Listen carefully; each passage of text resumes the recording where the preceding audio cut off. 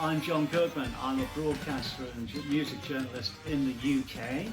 And what do I have here? This has just come out. Bill Nelson's Red Noise. It's based on the original album Sound on Sound, which came out, I think, in late 1978, early 79. It's called, AEI, Art, Empire and Industry.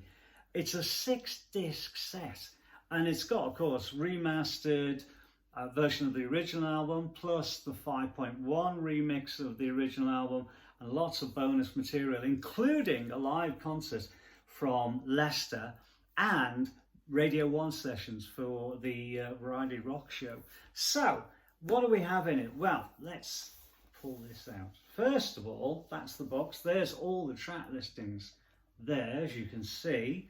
What you get is a rather fine booklet, which is, that was on the back of the sleeve, as I recall. Bill Nelson looking, well, suitably modern.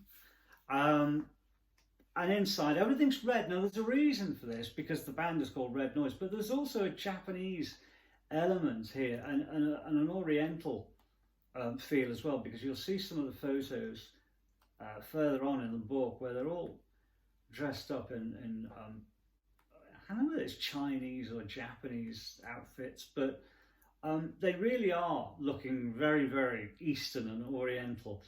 It was a new kind of direction for Bill Nelson. In fact, I can tell you a story. The previous album that he did was Drastic Plastic, and that was the final album with Bebop Deluxe. There's a poster that comes with it. And Bill wanted that to be the final Bebop. Well, he wanted that to be the first actual Red Noise album. But EMI, or Harvest at the time, wanted one more from Bebop Deluxe. There was a single on that album called Japan, which kind of leads very much towards where they were going with Red Noise. That is the program you could get on their one and only tour. Also in the band was Andy Clark, who was the keyboard player, not only with Bebop Deluxe, but also, there you go, typical program of the time. And there's another one, red tinted photo of Bill in the shower, I presume it is.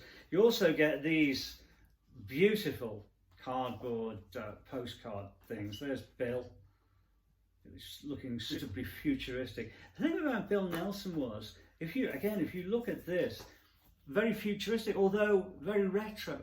Bill's a big fan of sci-fi, but sci-fi from the 50s and the kind of Dan Dare, space pilot of the future, that kind of thing. And I can remember as a kid growing up, Dan Dare, and it's that kind of thing. And a lot of his albums reflect this in the artwork on the covers, and this is no exception.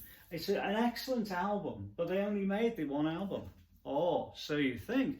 Actually, they made another album right after this, and it was meant to be the second Red Noise album, but unfortunately EMI didn't like it, didn't want to release it, didn't like the direction Bill was going in with that, and it never came out. But did it? Well, it actually did, although it came out as a solo Bill Nelson album, and it was called Quit Dreaming and Get on the Beam. Most of the recordings for the second Red Noise album came out under that banner, and it was for a different label. They had to buy him out of the contract, which I think was dreadful, really. I hate all the machinations of the record business, but here you go. Some in red and some in black, but it's a stunning album, and it's beautifully packaged.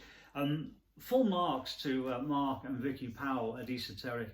They've done a wonderful job on all of these reissues from Bill Nelson, all of Bebop Deluxe, right the way through from Axe Victim to Drastic Plastic, which was the last Bebop Deluxe album, and now this one. I'm hoping they're going to do something with some of Bill's solo career, and of course Quit Dreaming, Get on the Beam is certainly one of those albums I would love to see in an expanded box set. You can, of course, if you think that 6 discs are too much, for some it might be, for me definitely not. If you think 6 discs is too much, then you can get the double version. It's available as ever from Cherry Red Records, cherryred.co.uk. Go to the homepage, click on the search item, just put in Bill Nelson, and this will pop up along with all those other wonderful Bebop Deluxe issues and reissues and Bill's very first solo album, Northern Dream. So plenty of stuff for you to find there. Again, prices are very reasonable considering what you get, and the fulfillment is very, very quick. I've got stuff from Cherry Red in the past within 48 hours of ordering it, so you can't complain with that. So there you have it, the rather fine, as I fumble for the box set here, rather fine box set. That's the slipcase, that's the booklet, that's the back. You get the Japanese connection, the big red dot, as we know. It's on a grey background, but of course the Japanese flag is a red dot in the middle of a white background.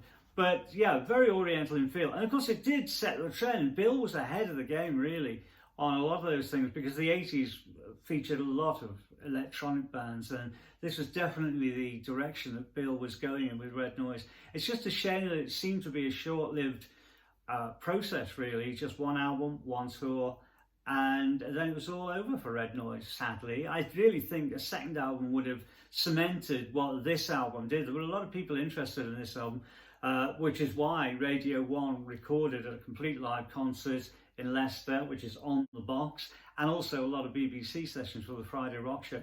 At that point, and still now, Bill is seen as an innovator, and he's a fantastic musician.